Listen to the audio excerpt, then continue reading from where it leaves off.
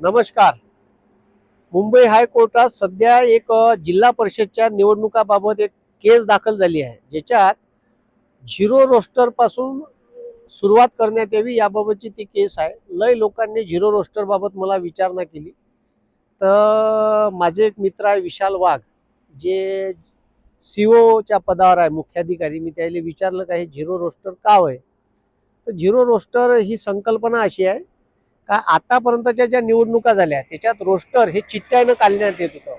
समजा एखाद्या जिल्हा परिषद सर्कलमध्ये ओबीसीची जागा राखीव आली आणि त्याच्या अगोदर एसटीची जागा समजा राखीव होती 5 वर्षाच्या अगोदर. तर आता हे याच्यानंतर जे रोस्टर याचं आहे तर मग त्याच्यात दोनच कॅटेगरी राहील, एक राहील एसटी आणि एक राहील जनरल. मग आता अशा वेळेस ठीक आहे, मग ते दोन जातीपैकी एखादं रोस्टर येईल असं रोटेशनल पद्धतीनं ते जिल्हा परिषद किंवा पंचायत समिती किंवा ग्रामपंचायतचं रोस्टर चालायचं.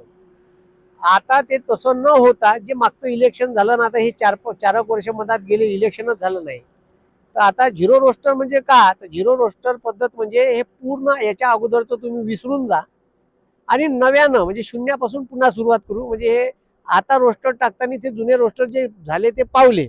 मागच्या वेळेस एखाद्या मतदारसंघात एससी असन, एखाद्या मतदारसंघात ओबीसी असन, तर ते डबल ओबीसी येऊ शकते. म्हणजे आता चारी काच्या ठीक आहे चिठ्ठ्या टाकन. ठीक आहे, मग एस टी, ओबीसी, एससी आणि जनरल, त्याच्यात महिला आणि पुरुष हे बी टाकन. त्याच्यातून जे चिठ्ठी निघन ते आता समजा एखाद्या मतदारसंघात जिल्हा परिषदले ठीक आहे महिला एससी राखीव आलं असन, तर यावेळेस महिला ठीक आहे काय पुरुष एससी राखीव येऊ शकते किंवा मग एससी महिलाच राखीव येऊ शकते. ते डबल डबल रिपीट बी होऊ शकते एखाद्या मतदारसंघात किंवा मग दुसरं येऊ शकते.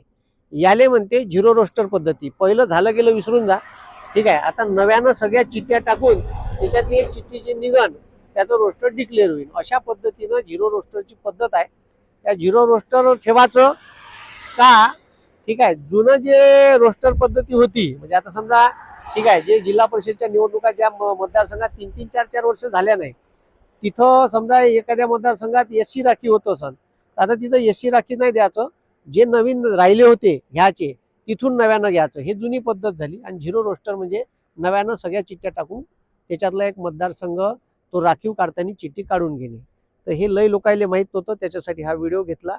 आणि हे जेवढे जिल्हा परिषद, पंचायत समिती, नगरपालिका, महानगरपालिका ठीक आहे याच्यात उभे राहणार लोक आहे, याच्यासाठी ह्या कामाचा व्हिडिओ आहे, म्हणून त्यांना शेअर करा. धन्यवाद. जय हिंद, जय महाराष्ट्र.